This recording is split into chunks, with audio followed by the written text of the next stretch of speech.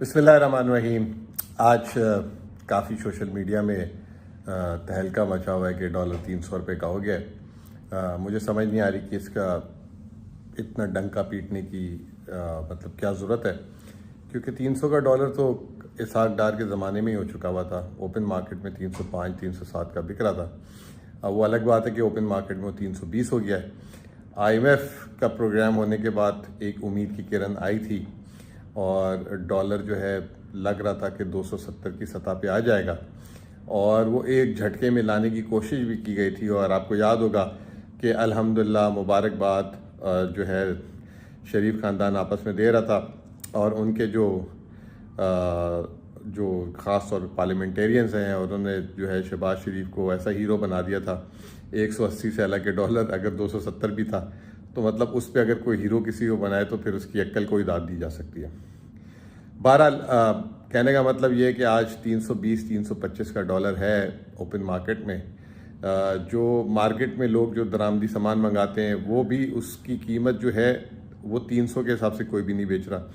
कोई 325, कोई 320, और बाज़ जगहों पे जो शॉर्टेजेस जो अभी भी दरामदात खुल के नहीं हो पा रही मुल्क में, तो उसकी वजह से अगर किसी चीज़ की कीमत, जैसे खुद नहीं, तेल की एग्जांपल देता हूँ मैं, कि आज उसकी कीमत में 200 रुपये फ़ी किलो से ज़्यादा का नफ़ा है जो इसके तेल में इसमें काम कर रहे हैं। तो ये जो है 200 रुपये जो है इस वजह से नहीं कि डॉलर का रेट बढ़ गया, इस वजह से कि मुल्क में उस रफ्तार से खुले तरीके से नहीं आ रहा, और हुकूमत की जो प्राइस कंट्रोल अथॉरिटीज़ हैं वो अनचेक उसको जाने दे रही हैं।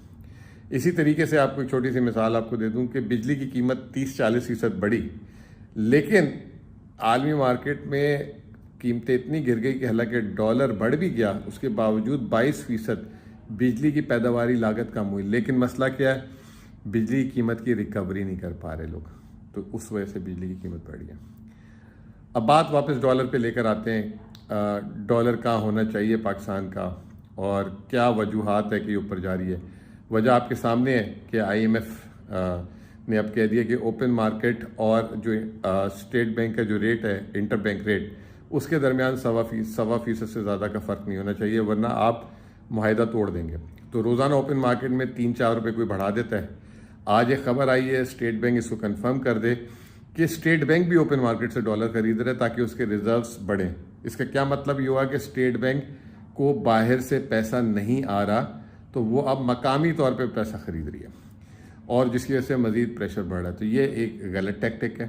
ये जब मार्केट को पता हो कि रोज़ाना स्टेट बैंक डॉलर खरीदने आएगी तो वो ओपन मार्केट में इसका रेट बढ़ेगा ही बढ़ेगा। तो पहली तो एहतियात यहाँ पे करनी ज़रूरी है। दूसरा, जैसे पिछले साल हमने रेमिटेंसेस और एक्सपोर्ट्स में 8.5 अरब डॉलर का नुकसान किया, उसको असल हालत में ही बहाल करते हैं 2022 की हालत में, तो 8.5 अरब डॉलर इतने पैसे हैं कि वारे न्यारे हो जाएंगे। ये जो अभी हम कह रहे हैं ना कि हमसे रिकॉर्ड कितने में सऊदी अरब 1 अरब डॉलर दे देगा या फलां 1 अरब डॉलर दे देगा, ये कुछ नहीं है। हमारे पास खुद ही इतने वसाइल हैं। पाकिस्तान के अंदर डॉलर है इस वक्त।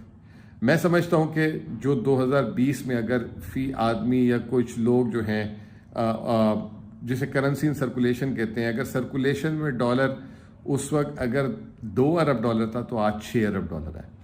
पाकिस्तान के अंदर भी बहुत डॉलर इस वक्त फ्लोट कर रहा है, क्योंकि हर आदमी ने अपने डॉलर की होल्डिंग कर ली है, तो उसको भी बेहतर करने की ज़रूरत है। आखिर में मुझसे किसी ने सवाल पूछा कि भाई इतना अच्छा शरह सूद हो रहा है, 22% मिल रहा है, और डॉलर का रेट भी इतना अच्छा है, बाहर से रेमिटेंस उल्टा जो है बढ़ने की घट गई, 2 अरब डॉलर हो गई, तो वो क्यों ऐसा हो रहा है, लोग इसका फ़ायदा क्यों नहीं उठा रहे। तो उसमें मैंने सिर्फ एक बात कही छोटी सी, और वो समझने की बात है। मिसाल के तौर पे 2 सब्ज़ी बेचने वाले हैं और वो टमाटर बेचते हैं। एक बेच रहा है 50 रुपये किलो, और एक ने एकदम आवाज़ लगा दी 25 रुपये किलो ले लो। अब 25 रुपये किलो जहाँ वो बेच रहे हैं वहाँ पे हालात कशीदा हैं, वहाँ पे पथराव हो रहा है, और वहाँ पे मुजाहरे हो रहे हैं, और वहाँ पे आपकी जान और माल को ख़तरा हो सकता है। अब जिस शख्स को लेना है वो कहेगा भाई अपनी इज्जत बचाओ, ये 50 रुपये का जो मार्केट से मिल रहा है ना, इसको ले लो।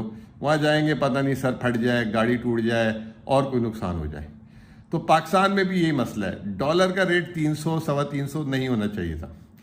ये जो है 270-75 जैसे मैंने पहले कहा, इससे ऊपर नहीं होना चाहिए। तो ये जो मैंने आपको वजूहात बताई उसकी बिना पर ये यहीं पे होना चाहिए। लेकिन हालात कशीदा है, हालात कशीदा, पहले सियासी हालात कशीदा कर दिए गए। इमरान खान जब से अरेस्ट हुए हैं उस वक्त के बाद से फिर डॉलर को पर लग गए हैं। तो सियासी हालात को ठीक किया जाए, इलेक्शन ऑन टाइम किया जाए। अल्लाह ताला ने बड़ा करम किया था कि IMF का 9 महीने का प्रोग्राम मिल गया। अब वो 9 महीने का प्रोग्राम अगर हम इम्प्लीमेंट नहीं कर सके, एक रिस्क वो है, और दूसरी तरफ आपके सामने ये कि अगर इलेक्शन बर वक्त नहीं हुए तो नई हुकूमत लेट आएगी तो फिर IMF प्रोग्राम नहीं मिलेगा। इसके अलावा एक और चीज़ है डेट रिस्ट्रक्चरिंग, उस पर अगली नशिस्त पे बात करेंगे। बहुत बहुत शुक्रिया।